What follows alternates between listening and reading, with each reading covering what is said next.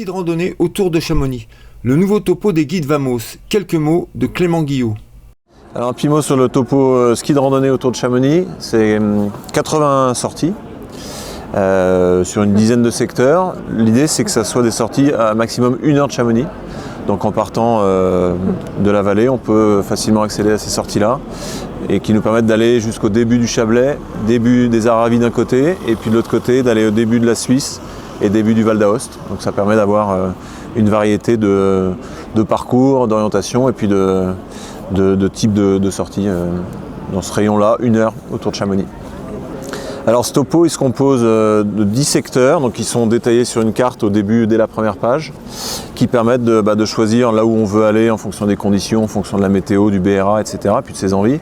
Et donc c'est les Aiguilles Rouges, évidemment, Mont Blanc d'un côté, on a fait un découpage autour d'Argentière, le Tour, et un peu plus bas les Contamines, plus loin encore les Aravis et le Beaufortin, le Chablais et les Fises, et puis le Valais, le début du Valais et début du Val d'Aoste, de l'autre côté en Italie et en Suisse. Alors chaque rando et chaque double page est composée de la même manière. Donc il y a un texte qui présente assez succinctement la montée et la descente, et c'est surtout complété, c'est un peu l'innovation qu'on a voulu apporter, c'est complété par trois illustrations, une qui s'appelle le profil, qui permet de voir les grandes étapes de la course, de la sortie, avec les points de départ, les altitudes, le sommet évidemment, et puis à travers des petits signaux d'alerte, les risques à prendre en compte. Donc ça c'est ce qu'on appelle le profil, donc une vue de côté. On a une vue du dessus qui est la carte traditionnelle, avec le parcours à la montée, à la descente, et puis une troisième vue plutôt sur le terrain, avec une photo qui permet de se repérer sur les points assez clés du parcours. Donc c'est ce découpage-là en 3 temps qui permet de compléter le texte et d'avoir beaucoup d'éléments visuels.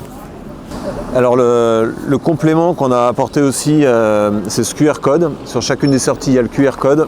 Ce QR code, il permet d'accéder à ce qu'on appelle les topos pro, donc en ligne sur l'application Wimper, d'avoir des compléments qui ne sont pas disponibles sur un livre. Typiquement, ça va être les conditions météo du jour, le BRA, voir qui est sorti récemment pour avoir les idées des conditions réelles sur le terrain. Donc d'avoir vraiment ce complément entre le papier d'un côté, qui fonctionne bien, que les gens adorent avoir pour bouquiner, préparer des courses, et puis la réalité du terrain qui se vit au jour le jour avec ses conditions en temps réel ou quasiment à travers l'application Wimper. Donc c'est vraiment un binôme, le topo d'un côté, l'application de l'autre pour préparer et puis être sur le terrain. Ça permet d'avoir l'intégralité des informations qu'on peut espérer avoir autour d'un topo pour complètement préparer sa sortie et être informé de tout ce qui nous attend sur le parcours. Alors au niveau des difficultés, on a fait un topo qui est accessible. On a mis à la fin différents index, dont un qui permet de voir les cotations. Et donc on va de différentes sorties qui sont classées de F, donc c'est la classification classique, F, PD, PD- d'abord, PD+ ensuite, AD, et on va jusqu'à D-, on ne va pas au-delà du D- pour que ça soit des courses qui puissent permettre de monter en puissance si on débute le ski de rando ou si on en fait déjà, mais pas d'aller trop loin. On n'est pas sur un topo de pente raide ou de ski extrême, on est vraiment sur un topo qu'on prévoit plutôt grand public, donc avec 80 sorties qui vont de F à D-.